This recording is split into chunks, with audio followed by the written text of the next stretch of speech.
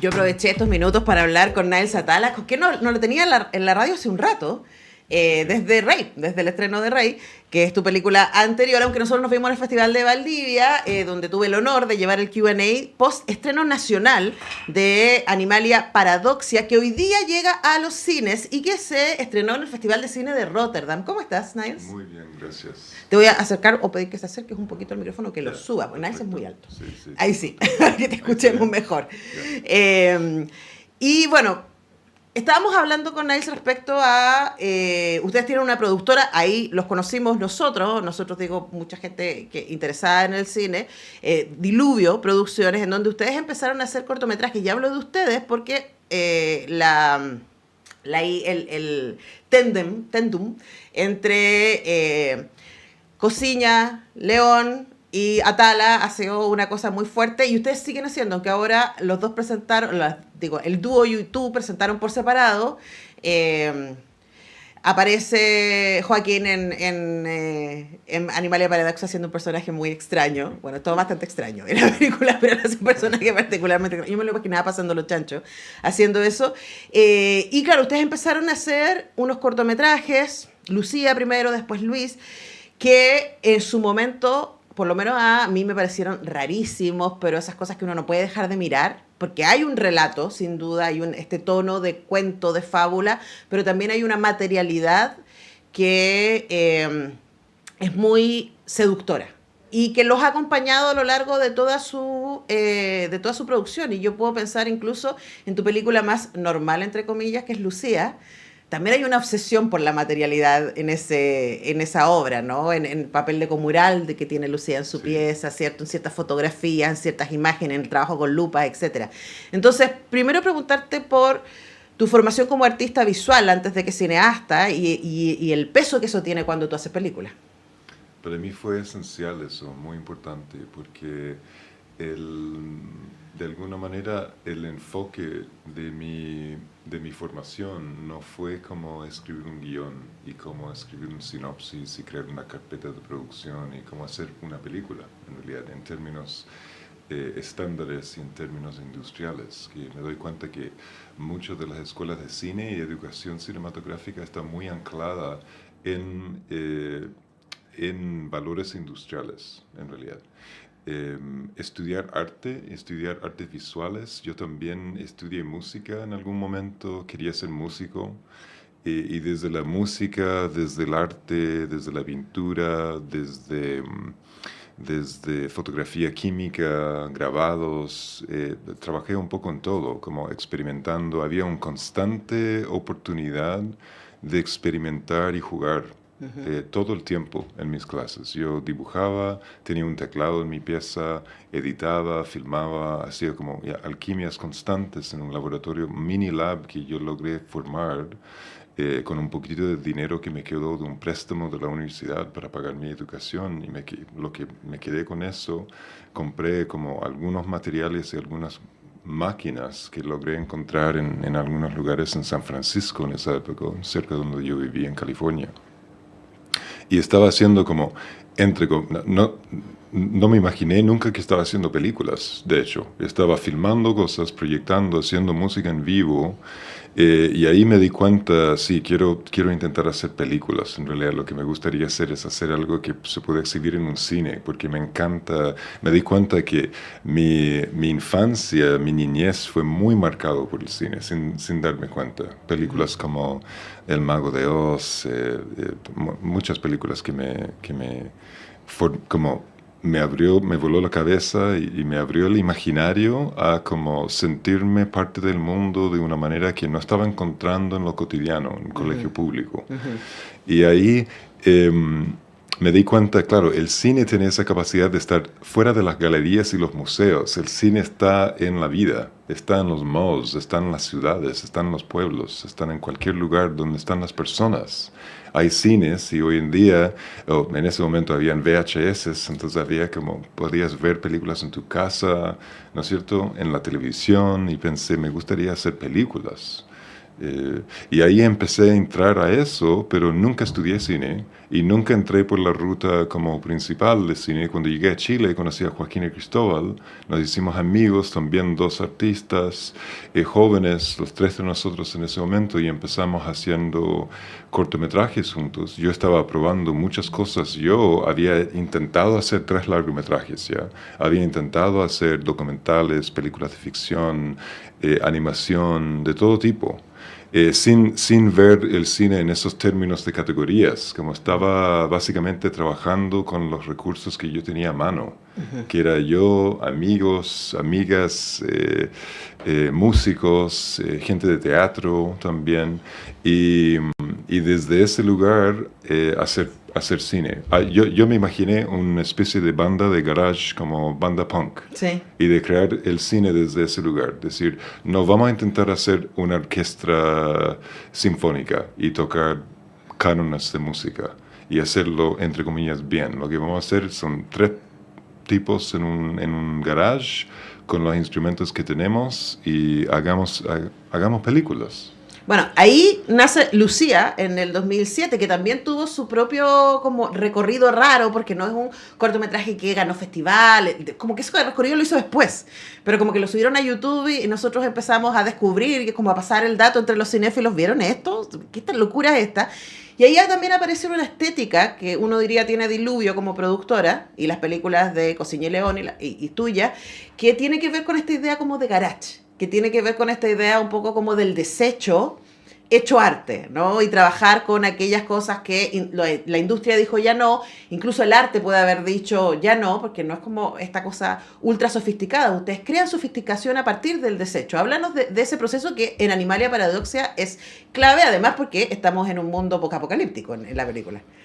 Para mí fue muy inspirador los conceptos como de la alquimia, que creo que son muy propios del arte, para mí, por lo menos artistas que me inspiró mucho, como Ansel Kiefer y muchos otros, que abiertamente hablan de eso, como la transformación de la materialidad externa en algo que refleja una transformación interior, de alguna forma. Lo que tú haces afuera a un objeto, haces adentro tuyo. Entonces siempre el arte de alguna forma es un trabajo mágico, es un trabajo alquímico, donde siempre estás transformando tu realidad externa y utilizando esa realidad externa para hacer algún tipo de maniobra interior. Como yo creo que la estética como trash un poco que ha marcado, que no es que siempre, hablando desde mi punto de vista, no es que siempre estoy buscando eso necesariamente, pero como el cine quizás está tan anclado y marcado por poderes industriales, por intereses corporativas y por una estética que yo siento que está muy dominado por lo que es una estética corporativa en realidad. Todo tiene que verse más o menos igual, es muy homogéneo, el lenguaje es muy... A mí me aburre, francamente, me aburre profundamente, me adormece la mayoría del tiempo. Hay películas que me gustan mucho, que están hechas en ese sistema de producción, pero la mayoría del tiempo no puedo terminar las películas, me aburren demasiado. Entonces, creo que estoy haciendo películas con gente en mi comunidad, con los materiales y recursos que yo tengo a mano, que nos quedamos realmente excluidos de ese sistema. No porque queremos estar excluidos, pero porque no está permitido mucha diversidad de voces. No solamente se habla mucho de como de contenido diverso, es muy cool ahora. Sí. Se necesitan muchos checks de contenido diverso, pero las formas de producción, las estructuras que subyacen debajo de una película, cómo está hecha la película, cómo es incluso la ideología narrativa y la ideología estética es extremadamente conservador. Y luego, claro, genera, yo le partí hablando con Niles porque a mí me llamó muchísimo la atención que en Valdivia, que este año había tanto estudiante, o sea, como uno va hace muchos años, pero este año hubo como 5 escuelas que suspendieron clases durante la semana de Valdivia, Increíble. escuelas de cine, entonces estaba lleno de estudiantes. Y las películas por las que más se hizo fila, más gente quedó afuera, que tenía más expectativas, fueron efectivamente Los Hiperbóreos de León y Cosiña y Animalia Paradoxa de Nail Satala, que se estrena hoy en cines. Y yo quiero insistir en este punto, es muy importante que la vayan a ver a cine, porque es una experiencia cinematográfica. Tú estás trabajando ahí con una experiencia visual que es muy poderosa, ¿no? Y que se tiene que sentir en esas dimensiones. Y ahí mi pregunta tiene que ver con ese salto entre Rey, que es también es una película rara, digamos, pero es una película histórica, ¿no? Y donde tú vas y tomas este relato sobre el rey de la Patagonia, el rey francés de la Patagonia, etcétera, y por supuesto juegas con tu estética, que es lo que te interesa, pero del pasado, y ahora te lanzaste al futuro. Porque esta es una película de ciencia ficción, diríamos, ¿no? En este mundo post-apocalíptico donde este personaje, que nunca tenemos muy claro qué es hasta el final, está ahí tratando de sobrevivir buscando agua, pero necesita agua para sobrevivir. Y todas las cosas que hace y el mundo, y tú nos vas mostrando el mundo que habita. Y preguntarte por ese viaje, ¿no? En el tiempo que escogiste hacerse, que hay un cortometraje entre medio, pero desde Rey hasta Animalia Paradoxa, ¿y qué fue lo que de esta historia te fue seduciendo? Yo creo que Animalia Paradoxa nace de estos escombros, realmente, las ruinas no solamente del Centro Arte Alameda, principalmente ahí, del cine que fue quemado durante el estallido, pero la película nació antes de eso, en realidad, la semilla, porque primero lo pensé como una especie de epílogo de Lucía, ¿Ya? el largometraje, donde Lucía, que vive en una casa en Recoleta, en un barrio que literalmente se cae a pedazos y que está como ferozmente eh, como Asediado por inmobiliarias claro. y por el capitalismo neoliberal como extremo. ¿Qué pasa? Como esa sociedad y como el destino de esa sociedad es colapso, básicamente, dentro de esa lógica de expansión constante, ¿no es cierto? Y finalmente, como esa violencia que suceda como desde un sistema sobre las personas, sobre las familias, sobre los imaginarios, que es algo que estoy trabajando, que intenté trabajar en Lucía, en esa película, desde otro punto de vista, como las huellas de la dictadura, Sí. etcétera. Es algo muy parecido, hay una extensión muy, muy clara para mí de eso en Animalia Para allá Paradoxa. vamos, Para allá básicamente. vamos. Y ahí es donde ya sucedió, pero decidí ir a un lugar mucho más extremo incluso, cuando después del estallido, después de la pandemia y finalmente lo que está pasando ahora en Palestina y en Gaza, ahí la sensación de Animalia Paradoxa y su mundo, la transformación que suceda, como es esta película que para mí tiene que ver algo con un concepto también de fénix, como de algún tipo de criatura o animal que renace desde las cenizas de algo y esa metamorfosis. Tenía mucho sentido que eso fuera anclado en el futuro, pero en un sitio que hoy en día es un sitio de memoria del cine Arte Alameda quemado, la injusticia, la impunidad, de la violencia de Estado sobre ese lugar, sobre la cultura, sobre el cine, Sí.